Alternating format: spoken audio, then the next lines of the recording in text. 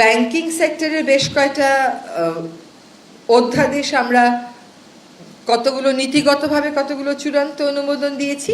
তার মধ্যে একটা হচ্ছে সরকারি হিসাব নিরীক্ষা অধ্যাদেশ, আরেকটা হচ্ছে ব্যাংক রেজলিউশন অধ্যাদেশ, আরেকটা হচ্ছে রাজস্ব নীতি ও রাজস্ব ব্যবস্থাপনা অধ্যাদেশ, আরেকটা হচ্ছে গ্রামীণ ব্যাংক সংশোধন অধ্যাদেশ।